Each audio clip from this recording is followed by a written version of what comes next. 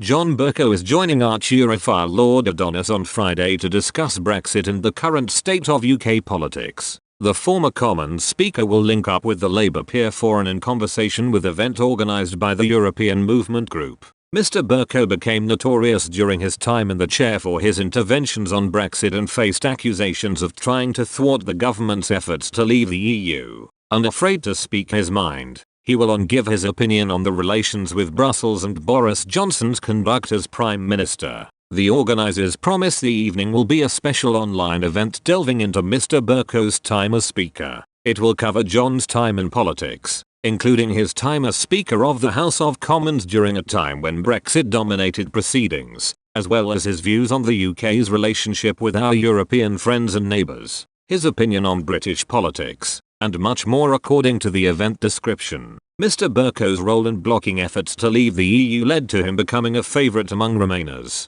Lord Adonis even once described him as the greatest speaker in nearly 400 years. Following his resignation announcement in September, the peer said, "John Bercow is the greatest Speaker of the House of Commons since Speaker Lentil stood up to Charles I in the 1640s. When the story is written of the defeat of Brexit democratically, Bercow will have a big part." Mr. Bercow has regularly criticised the Prime Minister since stepping down from his role at the 2019 election. The former Conservative MP earlier this year announced he had joined the Labour Party. Last month he criticised Mr. Johnson as not someone who has come into politics to advance the interests other than, and frequently less fortunate than, himself. Appearing at a fringe event at the Labour Party conference in Brighton, he also opened up on his Brexit meddling. "People have different views about how I handled Brexit. I hope you'll accept I was honest. I was trying to do the right thing for Parliament and the country," he said. "What I will not accept,